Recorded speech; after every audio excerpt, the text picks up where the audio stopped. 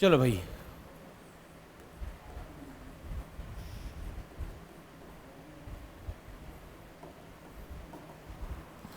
Last class में हम लोगों ने क्या देखा था, इसकी डेफिनेशन क्या है?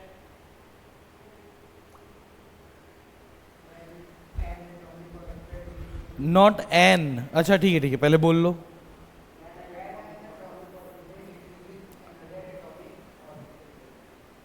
हाँ ठीक है, अगर स्टार्टिंग में एन और बाद में अनदर होना ठीक है।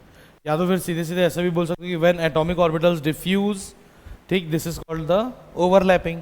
ठीक, अच्छा अब लास्ट क्लास में हम लोगों ने देखी थी कुछ कुछ चीज़ें, पहले तो रिकॉल कर लेते हैं क्या क्या। कि ओवरलैपिंग है मेनली कितने टाइप की बेटे? दो टाइप की, मेनली दो टाइप की हैं।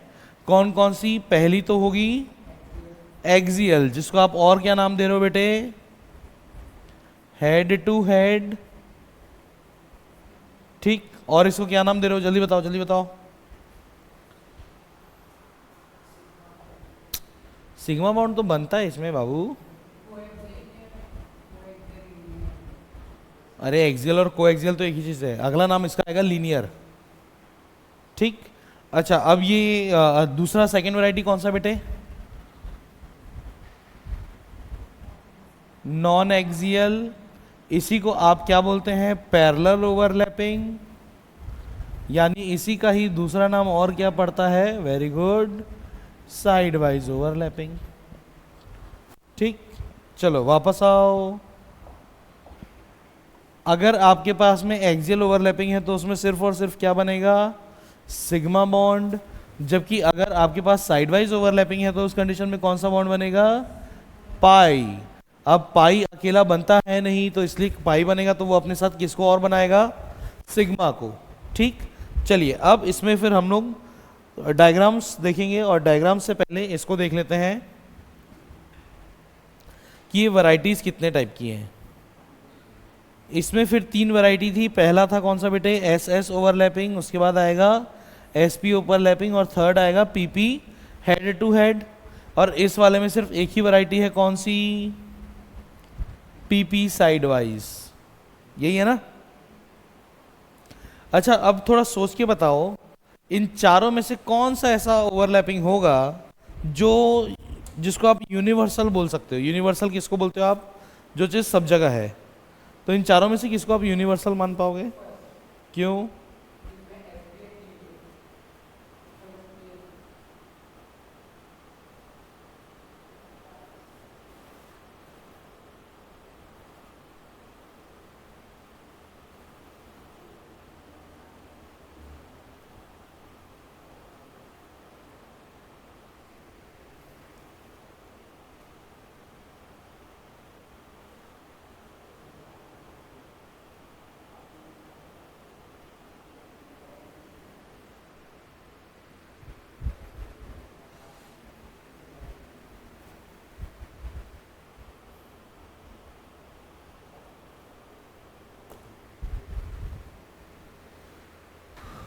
इसको ऐसा वाला कर दो क्या, रोटेट वाला?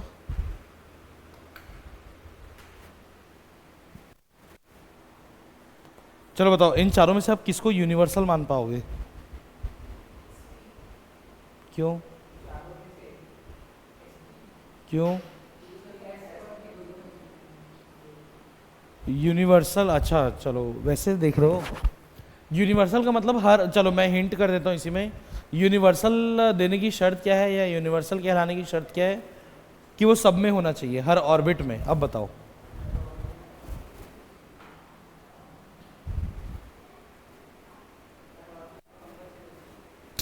कंपलसरी नहीं, हर ऑर्बिट में हो सके उसी को आप यूनिवर्सल बोलोगे। अब सोच के बताओ। पीपी, ओके, और कुछ? पीपी कौन सा वाला? हेड टू हेड की side wise? Head to head, okay. Sir आप?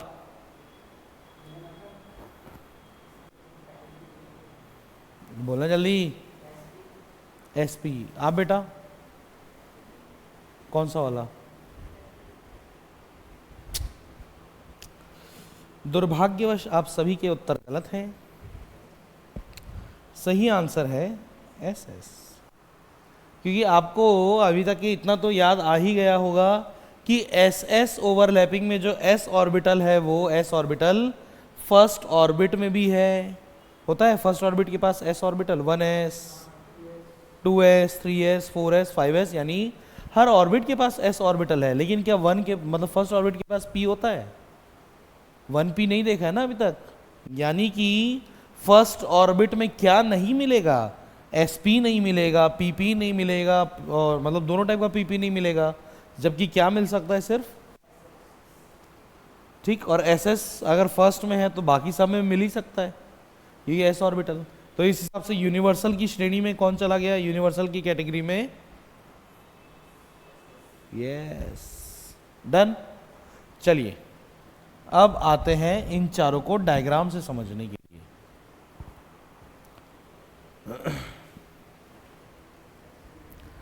पहला देखते हैं एस एस ओवरलैपिंग।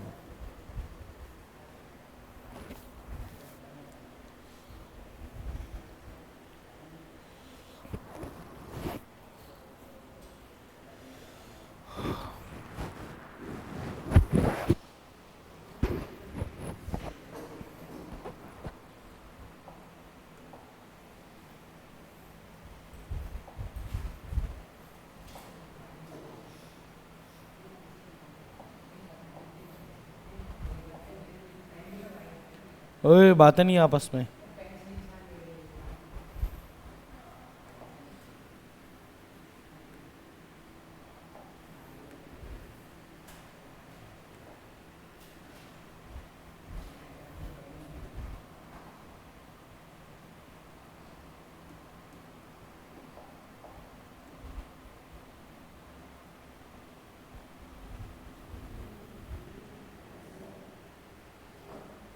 ये लो, ये दोनों है क्या? S S orbital. कैसे मालूम चल रहा है कि ये एस एस ऑर्बिटल है? बस, अरे ये स्फीयर है।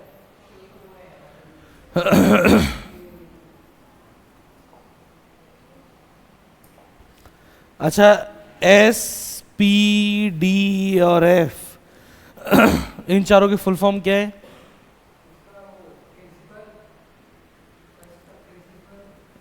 इसका है शार्प, लिखवाया हुआ बेटा पहले, फिर एक मिनट, मैं अगर बोलूं कि प्राइमरी है तो अजीब हो भाई। मैंने आप लोगों को बताया था प्राइमरी और प्रिंसिपल दोनों नाम है बेटे। तो उसके बाद डी, वेरी गुड।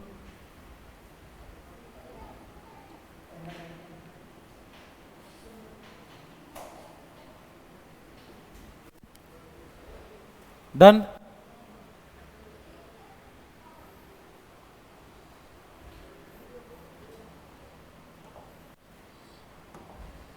चलो अब ये जो एस एस ऑर्बिटल आपस में ओवरलैप किए, उसके बाद देखते हैं बन क्या रहा है।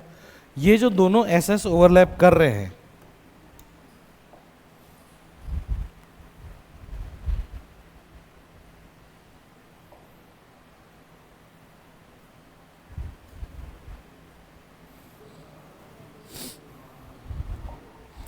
ये देखो, ये जो दोनों एस एस, ये जो दोनों एस एस ऑर्बिटल ओवरलैप कर रहे हैं तो बेटा, तो ये जो शेडेड रीजन आप लोगों को दिख रहा है ना,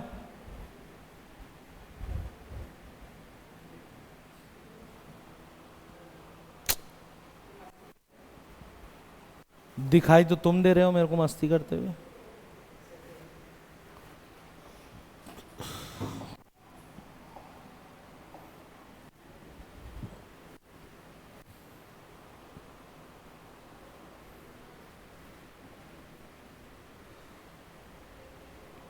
डन। अच्छा अब इधर देखो भाई, ये जो शेडेड रीजन बनाया है, इसी शेडेड रीजन में क्या रहेगा? जो शेयर्ड इलेक्ट्रॉन होगा वो, ठीक। अच्छा ये जो शेयर्ड इलेक्ट्रॉन है कितना दिख रहा है आप लोगों को? एक पेयर है, और सिंगल पेयर हमेशा क्या रहता है आप लोगों को तो मालूम चल गया अभी, ये क्या होगा? सिग्मा बॉन्ड होगा। और ये जो मॉलिक्यूल हम लोगों ने बनाया है ये क्या है? ये है मॉलिक्यूल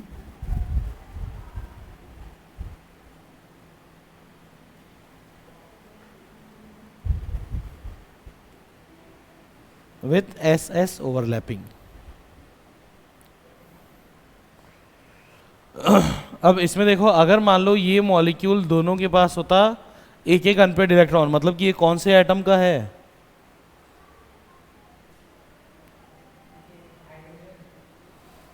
क्योंकि इसके पास भी 1s1 हाइड्रोजन ही है, इसके पास भी 1s1 यानी हाइड्रोजन। चलो मान लेते हैं 1s ऑफ Ha और ये है 1s of Hb।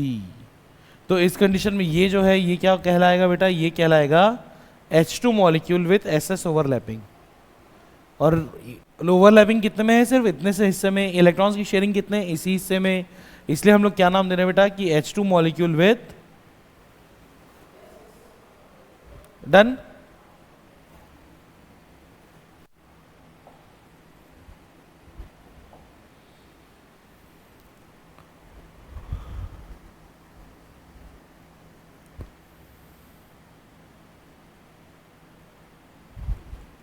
The next is sp overlapping. नाम से पता चल रहा है कितना चाहिए बेटा हम लोगों को? एक s चाहिए और एक p चाहिए।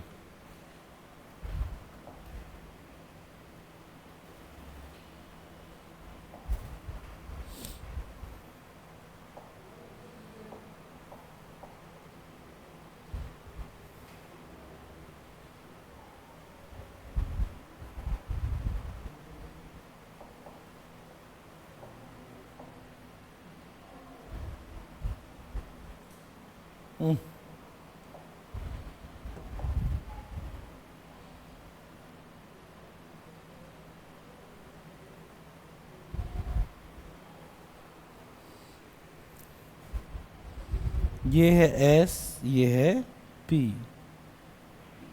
कंडीशन के हिसाब से क्या होना चाहिए? बोलो बोलो। S जो है वो पूरा पूरा P के साथ डिफ्यूज होना चाहिए। तो इसका एक डायग्राम आपको कैसा मिल सकता है बेटा बुक में? ऐसा। ये p ऑर्बिटल और उसमें s ऑर्बिटल इक्वली डिस्ट्रीब्यूट हो गया है। इसका एक डायग्राम अगर आप देखोगे तो वो ऐसा भी मिलेगा आपको।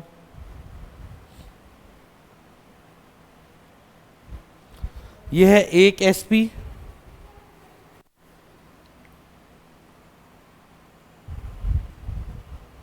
ये है दूसरा sp। डन।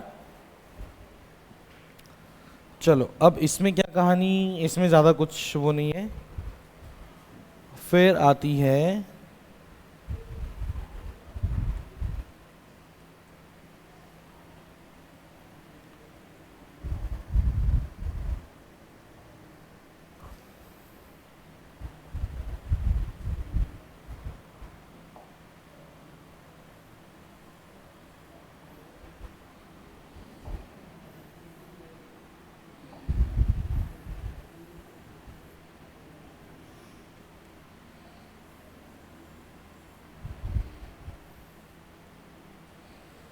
अब इसमें कितने p ऑर्बिटल पार्टिसिपेट कर रहे हैं? दो ही हैं।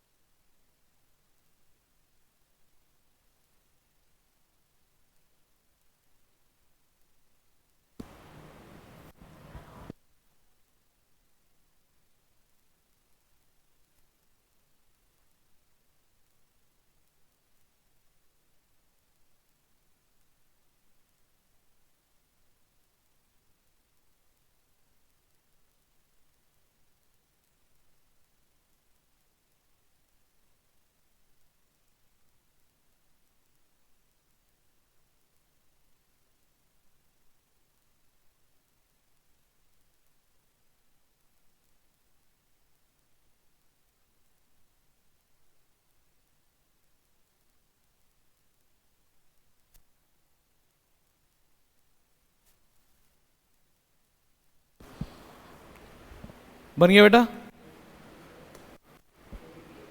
बन गया। चलो फटाफट से एक बार रिकॉल मारते हैं ओवरलैपिंग, क्योंकि ओवरलैपिंग बहुत इंपॉर्टेंट टॉपिक है। बहुत सारे स्कूल के एग्जाम में आता है right short note on overlapping. तो आप लोगों को लिखना क्या है, ओवरलैपिंग की डेफिनेशन क्या है? एटॉमिक पार्टिकल नहीं है भैया, atomic orbitals diffuse, this is called overlapping. Overlapping के लिए शर्त क्या है? इस चीज को तो आप भूल ही गए कि participating atomic orbitals must be of comparable energies, और सेकंड शर्त दोनों का ओरिएंटेशन सेम होना चाहिए। ये दो शर्त हैं जो हम लोगों ने लास्ट क्लास में डिस्कस भी की हैं, याद है? ठीक, अब फटाफट रिकॉल करो बेटा। मतलब बेसिकली दो ही तरीके हैं या दो टाइप्स हैं ओवरलैपिंग की। कौन कौन सी? पहला है हेड टू हेड, दूसरा है साइड वाइज या पैरेलल। हेड टू हेड तीन तरीके का है, एस एस, एस पी और PP. Head to head S S की खासियत क्या? दोनों पार्टिसिपेटिंग ऑर्बिटल जो है एटॉमिक ऑर्बिटल वो एस होंगे, स्फेरिकल होंगे, और उसमें बनेगा भी कितना? एक ही सिंगल बॉन्ड। हाँ, formation of H2 molecule by overlapping या बाय वीबीटी, ये इंपॉर्टेंट चीज है, ये आता ही है। ठीक, ऐसी और कौन कौन सा आता है? फॉर्मेशन ऑफ O2 मॉलिक्यूल, नहीं नहीं इसमें से वीबीटी से बोल रहा हूं मैं। फॉर्मेशन ऑफ O2 मॉलिक्यूल वो भी आता ही है। ठीक, ये दो चीजें। अब जैसे इसमें हाइड्रोजन बनाया है वैसे ही उसमें हम लोग अभी उसका बनाएंगे O2 मॉलिक्यूल का। चलो अब उसके बाद फिर आए कि SS ओवरलैपिंग, SP ओवरलैपिंग और PP head to head overlapping. तीनों में शेडेड रीजन कितना कितना है? सिर्फ एक एक, जो क्या शो करता है? Only one bond pair of electron, और one bond pair of electron का मतलब सिंगल बॉन्ड, जो हमेशा क्या रहेगा? सिग्मा। जबकि PP साइड वाइज ओवरलैपिंग में क्या पता चल रहा है? दो शेडेड रीजन जो ये शो करते हैं कि मतलब दो शेडेड रीजन क्यों बने? क्योंकि दो जगह डिफ्यूजन हुआ है एटॉमिक ऑर्बिटल्स का। अब दो जगह डिफ्यूजन है मतलब कि एक डिफ्यूजन सिग्मा बॉन्ड के लिए जाएगा, एक पाई के लिए जाएगा। इतनी कहानी क्लियर है? चलिए, ये तो हो गई कहानी किसकी? ओवरलैपिंग। तो ओवरलैपिंग अगर एग्जाम में आता है शॉर्ट नोट लिखने तो क्या क्या लिखोगे भाई? पहली चीज डेफिनेशन, दूसरी चीज कंडीशन, तीसरी चीज टाइप्स। डन। चलो अब अगली मतलब इसी में फिर नेक्स्ट आगे बढ़ रहे हैं हम लोग, वीबीटी में आ रहे हैं। तो वीबीटी क्या कहता है? वीबीटी लिखे हम लोग? अच्छा, तो वैलेंस बॉन्ड थ्योरी के बारे में कुछ नहीं लिखा है? ठीक है, अब लिखिएगा कि वीबीटी क्या बोल रहा है उसको लिखिए। दस the VBT explains, thus the VBT explains,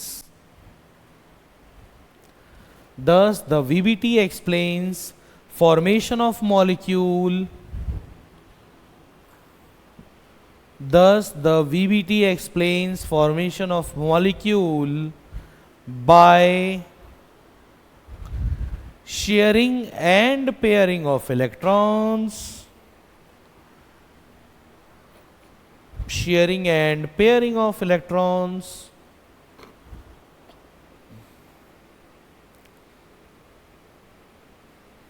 by एक मिनट, क्या लिखा? Sharing and pairing of electrons, by को काटो, इन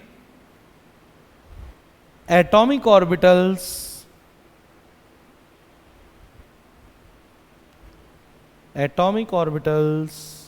अंडरगोइंग ओवरलैपिंग। अंडरगोइंग एक ही वर्ड है, अंडरगोइंग ओवरलैपिंग। ठीक, यानी कि अब याद करो तो बेटा इसको हम लोग चलो कंपेयर करके देखते हैं क्या से। वेसीपीआर ने क्या बोला था जल्दी बताओ तो?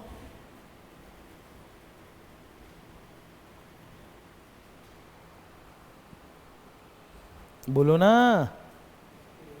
बेटा, लास्ट क्लास में भी डिस्कस किए हैं। वेसीपीआर क्या कहता है? जल्दी बोलो, जल्दी बोलो।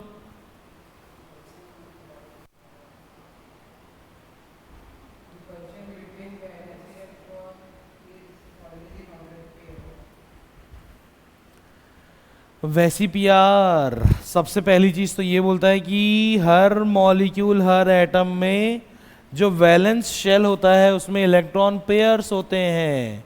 अब ये इलेक्ट्रॉन पेयर्स कौन कौन से, एक तो होगा बॉन्ड पेयर, एक तो होगा लोन पेयर, ठीक। उसके बाद अच्छा, अब इसमें भी मैंने आप लोगों को लास्ट क्लास मतलब वैसे भी जब पढ़ रहे थे तब दो तीन चीज़ें बताई होंगी पक्के से, जिसमें पहली चीज़ तो ये वैसे भी अगर याद करना है तो आपको क्या मान के चलना पड़ेगा कि एटम जा रहा है बारात लेके, ठीक। अब एक चीज़ सोच के बताओ बेटा कि ये जो एटम है अगर ये बारात लेके जाएगा तो सामने सामने कौन नाचेगा, बाराती। हर बारात में यही होता है।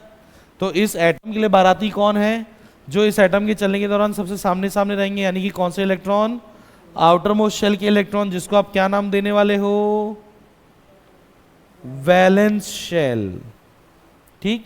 चलिए वैलेंस शेल के बाराती गए, बारात लेकर के मान लेते हैं किसका एग्जाम्पल, ऑक्सीजन का, 1s2 2s2 2p4,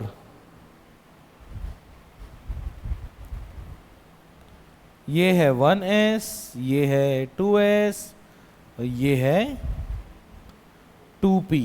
according to Hund's rule पहले इसमें इलेक्ट्रॉन भर गया, फिर इसमें इलेक्ट्रॉन भर गया, फिर ये हो गया 5 6 7 8, ठीक।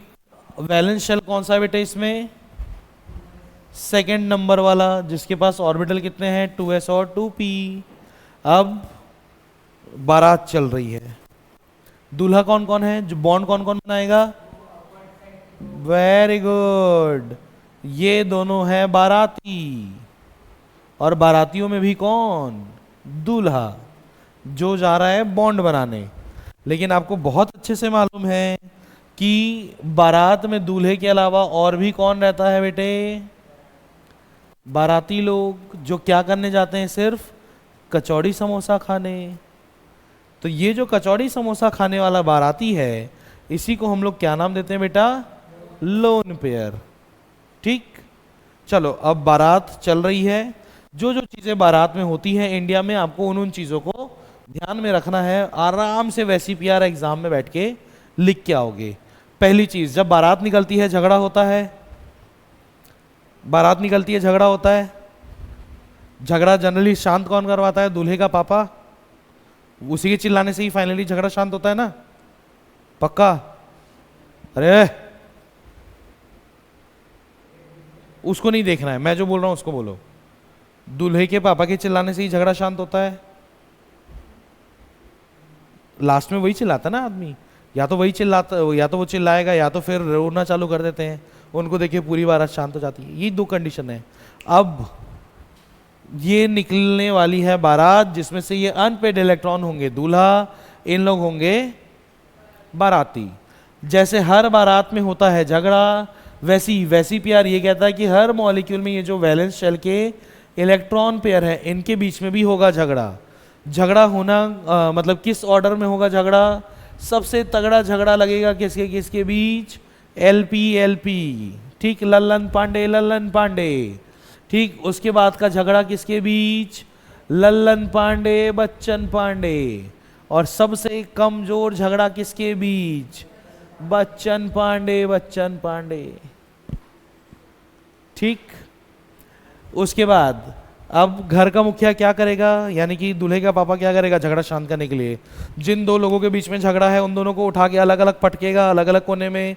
यही काम वैसी पीआर में कौन करता है, सेंट्रल एटम, जो क्या करता है, इस इलेक्ट्रॉनिक रिपल्शन को कम करने के लिए एटम्स को ऐसा अरेंज करता है कि उनके बीच में मैक्सिमम पॉसिबल डिस्टेंस बन जाए, ठीक। अब आपको मालूम है कि अगर ऐसा कुछ होता है बारात में तो फिर क्या कहानी होती है, अगर बारात में ऐसा झगड़ा हुआ, दूल्हे के पापा ने चिल्ला दिया, उसके बाद भी सब बाराती जा रहे हैं, तो कैसे जाएंगे, अलग अलग गाड़ी में जाएंगे, ठीक। हो सकता है कुछ अपनी गाड़ी में अलग जबरदस्ती चले जाएं कि नहीं मैं तो अब इनके साथ नहीं जाऊंगा, यही होता है ना, बस यही चीज़ है। अब उसी चक्कर में क्या होगा, उसी चक्कर में फिर डिसाइड होगा कि कितना पेट्रोल का खर्चा आ रहा है। अब इसमें क्या है कहानी, इस झगड़े को शांत करने के चक्कर में जो एटम्स पटकाए हैं अलग अलग, उनके बीच का जितना भी एंगल क्रिएट होगा वही चीज क्या कहलाएगी, बॉन्ड एंगल। डन, बस यही है वैसी पीआर। तो वेसीपीआर से आगे बढ़कर, अच्छा वेसीपीआर ने क्या इलेक्ट्रॉन की शेयरिंग की बात की? नहीं की। उसने किसकी बात की कि वैलेंस शेल में इलेक्ट्रॉन पेयर्स के बीच में झगड़ा होगा, जिसको कम करने के चक्कर में बॉन्ड एंगल डिसाइड होगा ताकि वो स्टेबल हो सके। इसके बाद फिर कौन आ गया? वीबीटी। वीबीटी ने क्या बोला कि इलेक्ट्रॉन्स शेयर होंगे तभी मॉलिक्यूल बनेगा। इलेक्ट्रॉन शेयर होंगे किसके किसके बीच में? एटॉमिक ऑर्बिटल्स के बीच। अच्छा, कौन से एटॉमिक ऑर्बिटल्स के बीच में इलेक्ट्रॉन्स की शेयरिंग होगी? जिनके बीच में एनर्जी सेम, ओरिएंटेशन सेम, बराबरी का सौदा, ठीक, तभी दो दोस्त समधी बन सकते हैं। चलिए उसके बाद की कहानी। वीबीटी में हम लोगों ने अभी तक बहुत डिटेल में पढ़ लिया कि वो जो डिफ्यूजन ऑफ एटॉमिक ऑर्बिटल है, जिसको हम लोग नाम दे रहे थे बड़े प्रेम भाव से ओवरलैपिंग, ये वीबीटी की जान है। अब यहां से आगे बढ़ेंगे तो कहानी किस में आके टिकेगी? मॉलिक्यूलर ऑर्बिटल थियरी, ठीक, मॉलिक्यूलर ऑर्बिटल थियरी। अच्छा, अब वीबीटी में एक लिमिटेशन है। लिमिटेशन क्या है? लिखिएगा, लिमिटेशंस ऑफ वीबीटी।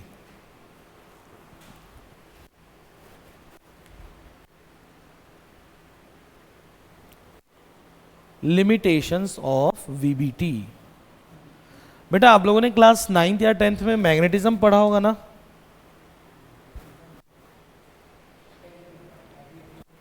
पढ़ा है? हाँ, मैग्नेटिक इफेक्ट्स ऑफ करंट।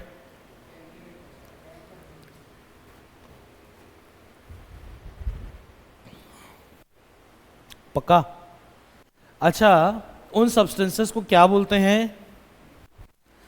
जैसे मान लो ये मोबाइल अगर ये लोहे का होता और एक्सटर्नल मैग्नेटिक फील्ड, चलो मान लो ये लकड़ी का है, अगर एक्सटर्नल मैग्नेटिक फील्ड लगाओगे तो इस पर कुछ असर पड़ेगा क्या? मान लो ये एकदम प्लास्टिक है, फाइबर है, तो क्या इस पे एक्सटर्नल मैग्नेटिक फील्ड का असर पड़ेगा? कुछ नहीं पड़ेगा।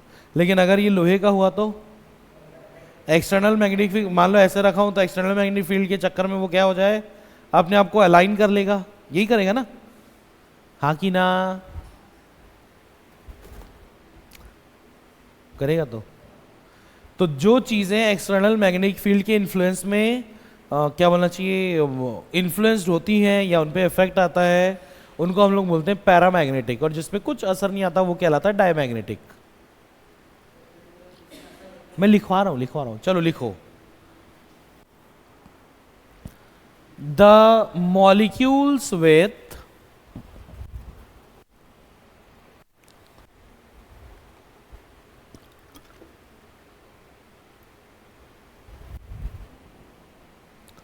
the molecules with unpaired electrons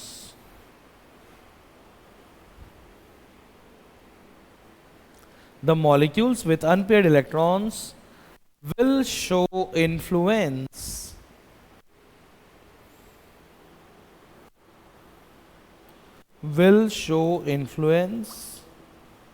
under external magnetic field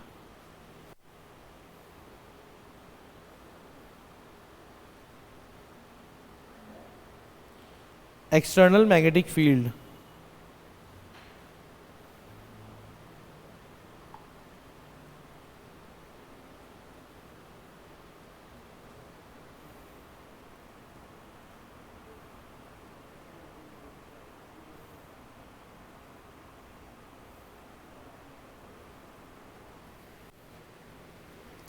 क्या लिखा? Okay, comma are called the paramagnetic substances are called the paramagnetic substances.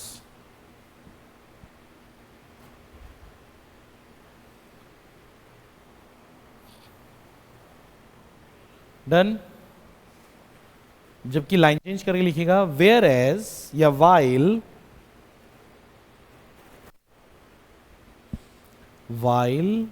atomic orbital sorry while substances with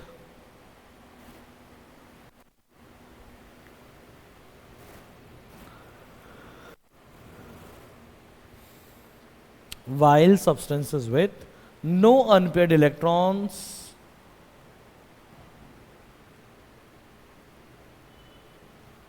will show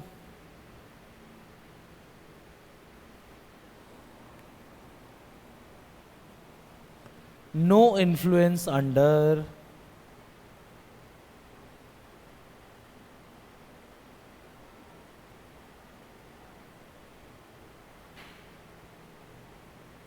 external magnetic field.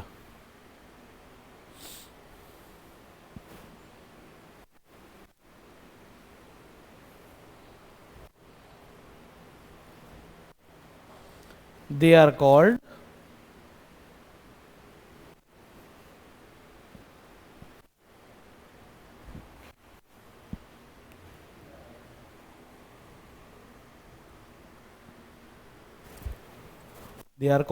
diamagnetic substances.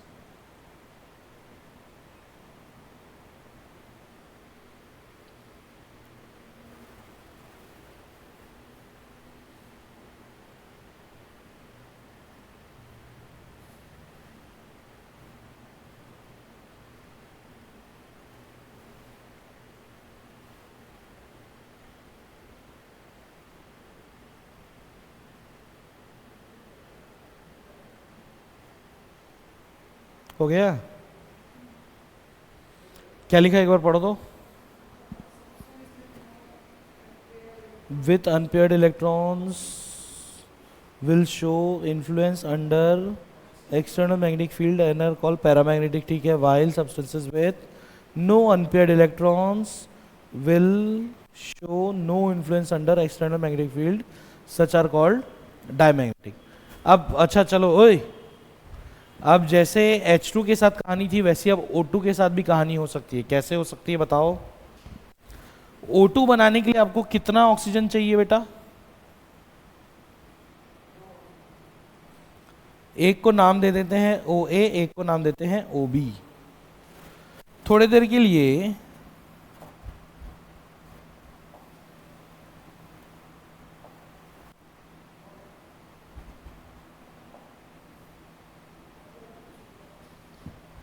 इसको आप OA मान सकते हो.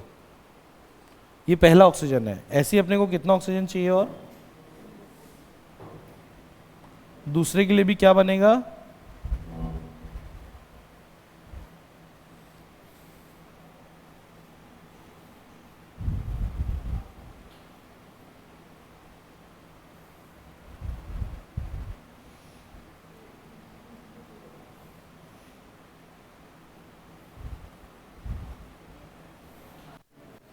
दोनों oxygen अपने अपने में क्या है? पैरामैग्नेटिक है, डायमैग्नेटिक है? अभी स्टेटमेंट जो लिखा है उसके हिसाब से बताओ.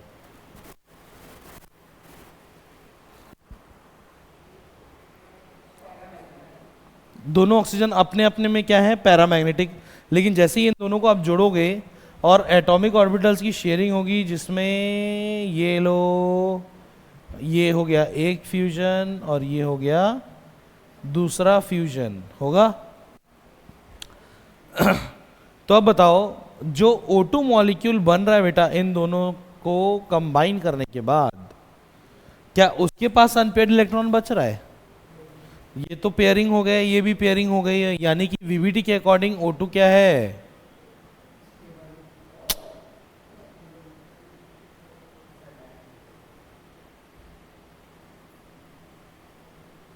डायमैग्नेटिक. ठीक. लेकिन ये चीज हम लोग उसमें मॉलिक्यूलर ऑर्बिटल थियरी में देखेंगे कि इसके बीच में भी बॉन्ड आता है. ठीक. चले आगे. अब अगली हेडिंग डालेंगे हम लोग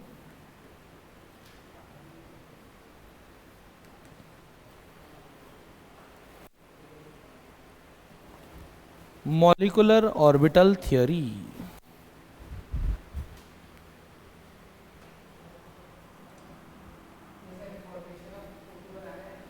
हाँ जी बिल्कुल बनाना है.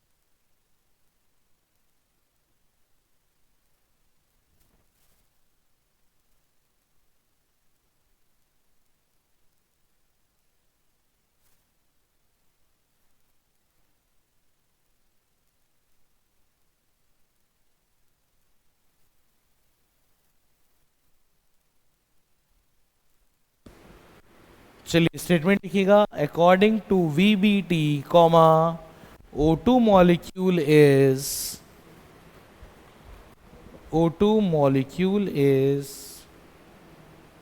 diamagnetic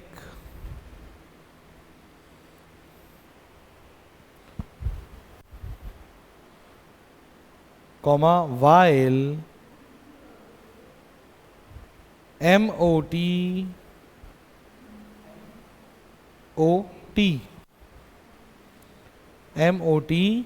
declares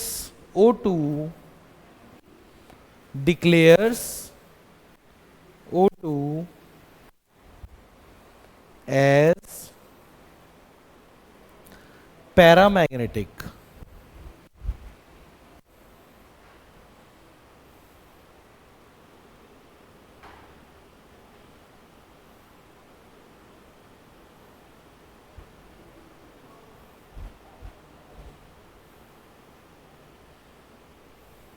done.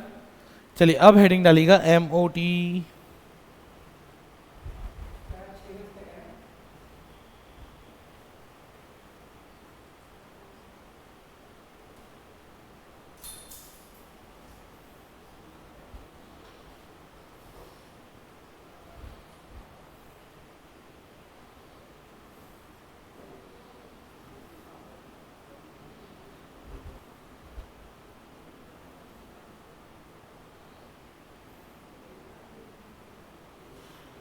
इसमें लिखो when the atomic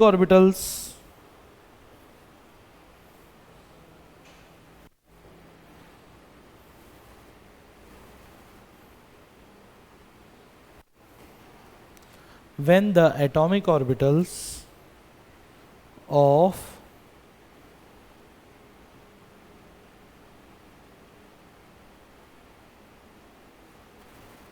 comparable energy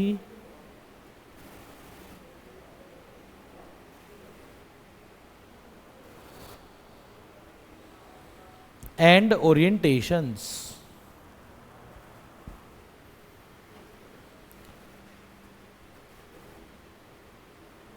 hybridizes with each other,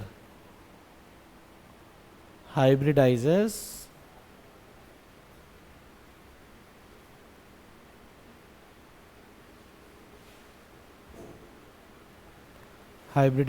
with each other, comma, and the hybridized molecular orbital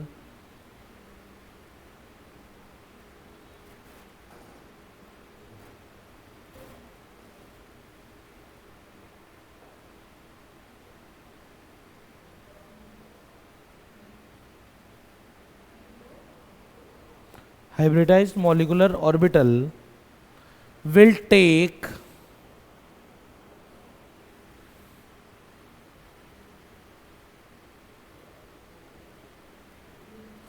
the bond and molecule formation.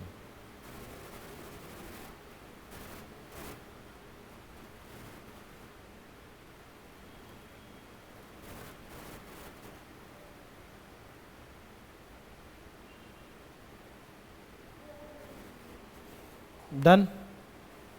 क्या लिखा?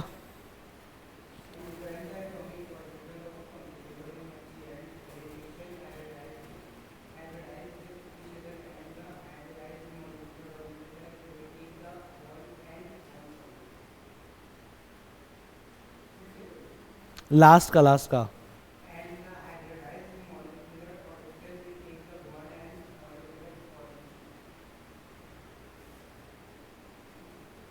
चलिए, तो अब वीबीटी में पूरी कहानी किस पे डिपेंड कर रही थी बेटा? ओवरलैपिंग पे। इसमें हम लोगों ने एक वर्ड लिखा है हाइब्रिडाइजेस, लिखा है, ठीक। तो अब हम लोग समझेंगे कि हाइब्रिडाइजेशन क्या चीज़ है। हेडिंग डालिएगा हाइब्रिडाइजेशन।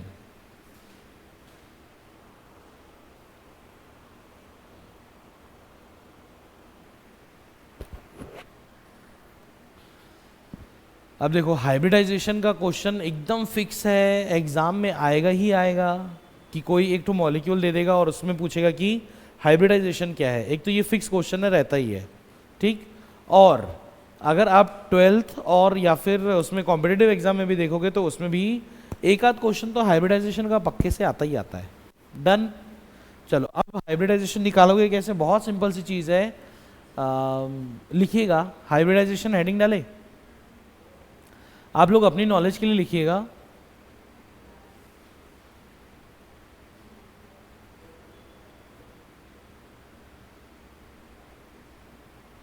क्या लिखोगे? क्या?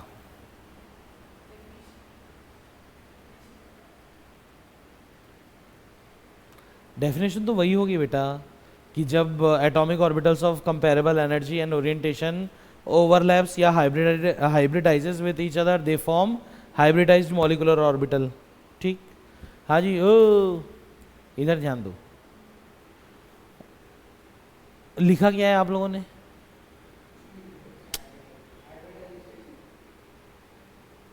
क्या उसमें? अरे अभी हम लोग जो पढ़े हैं उस पर बेस्ड बताओ ना भाई। और थोड़ी देर पहले जो पैराग्राफ लिखा है उसमें भी मिल जाएगा आपको।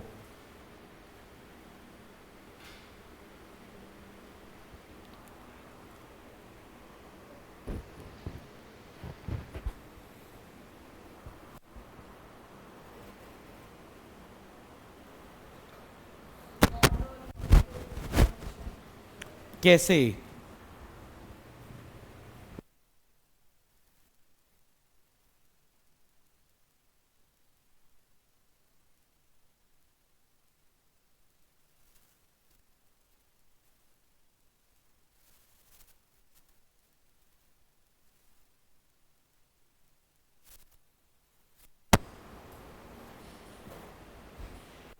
जल्दी बताओ।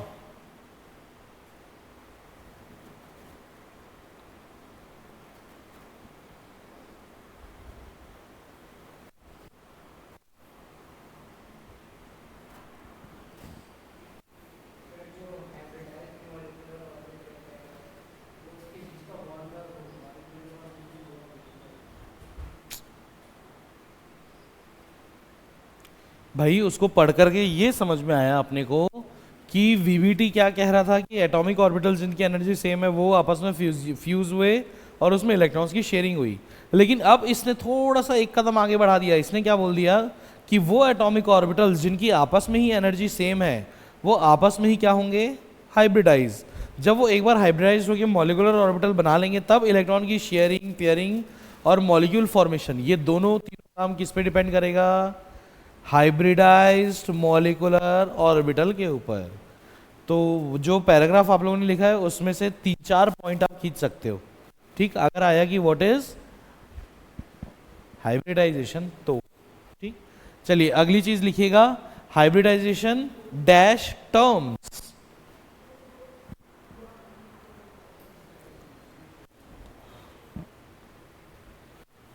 Hybridisation dash terms.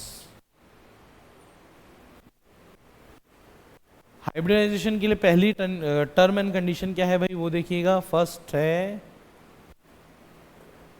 The number of participating atomic orbitals. बेटा अब ना एटॉमिक ऑर्बिटल और मॉलिक्यूलर ऑर्बिटल को ऐसे लिखना, ये ए एस जो है वो एटॉमिक और सॉरी ए ओ जो है वो एटॉमिक ऑर्बिटल है और जो एम ओ रहेगा वो मॉलिक्यूलर ऑर्बिटल रहेगा। ठीक, अगर मान लो किसी में भी आप लोगों को लिखना है कि मॉलिक्यूलर ऑर्बिटल्स यानी कि क्या, तो अब इसमें आप छोटा सा एस लगाएंगे, M capital O capital. Done. और एटॉमिक ऑर्बिटल्स में डन।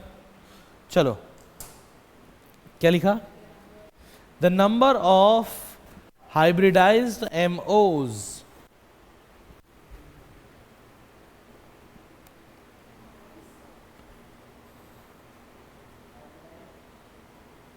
क्या बोला मैंने अभी, the number of hybridized MOs will be equal to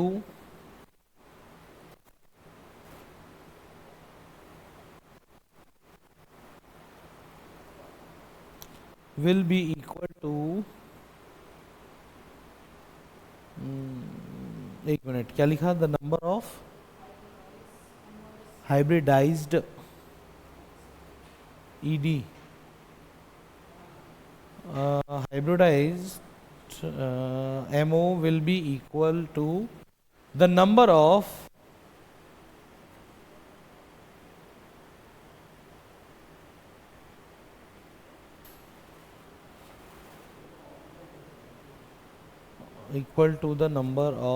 AOs participated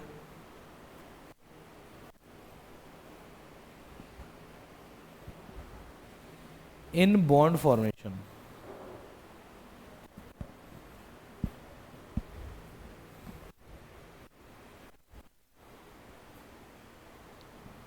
ठीक, दूसरी condition, the energies and orientation of AOs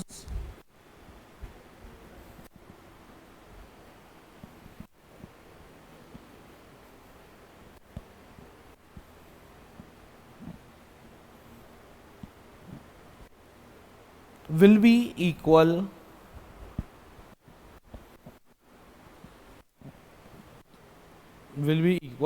to each other.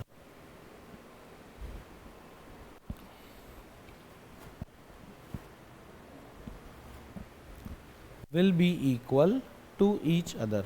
हो गया। तीसरी चीज, तीसरी कंडीशन याद है, जब हम लोग रेजोनेंस पढ़ रहे थे उसमें भी हम लोगों ने 3 कंडीशंस लिखी थी, और जब रेजोनेटिंग स्ट्रक्चर बना रहे थे उन्हीं 3 कंडीशंस को लेके चल रहे थे।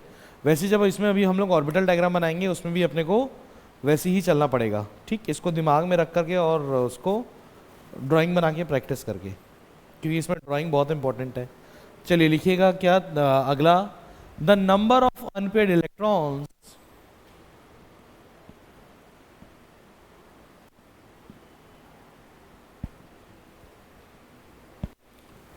the number of unpaired electrons in AOs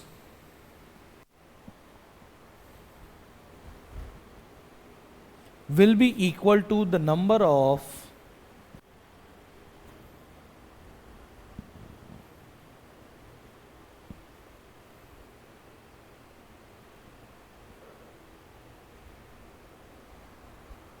क्या लिखा, हाइब्रिडाइज्ड एमओज,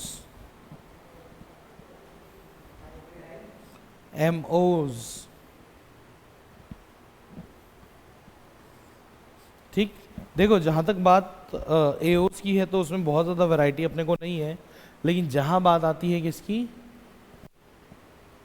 एमओस की, वहां थोड़ी 2-4 चीज़ें ध्यान में रखने की है। कौन कौन सी? पहली चीज़ कि उसकी एनर्जी हमेशा एटॉमिक ऑर्बिटल्स के बराबर होनी चाहिए, लेकिन यूजुअली होती उससे ज़्यादा है। ठीक। दूसरी चीज़,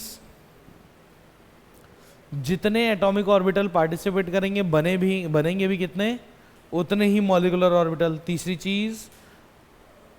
चीज़ हाइब्रिडाइजेशन पे जाने के पहले जितने नंबर ऑफ क्या बोलना चाहिए, मतलब हाइब्रिडाइजेशन में जाने के पहले जितने भी नंबर ऑफ उसके पास अनपेयर्ड इलेक्ट्रॉन रहेंगे, हाइब्रिडाइजेशन के बाद भी उतने ही नंबर ऑफ क्या बोलना चाहिए उसको, अनपेयर्ड इलेक्ट्रॉन्स जाएंगे। डन। चौथी चीज, हाइब्रिडाइजेशन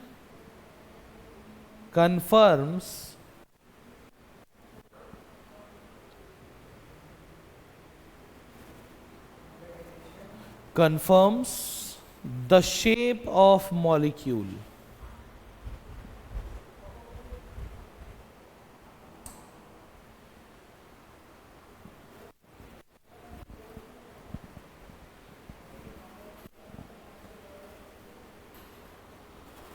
डन हो गया। चलिए अब हेडिंग डालिएगा, हाइब्रिडाइजेशन एंड इट्स टाइप्स।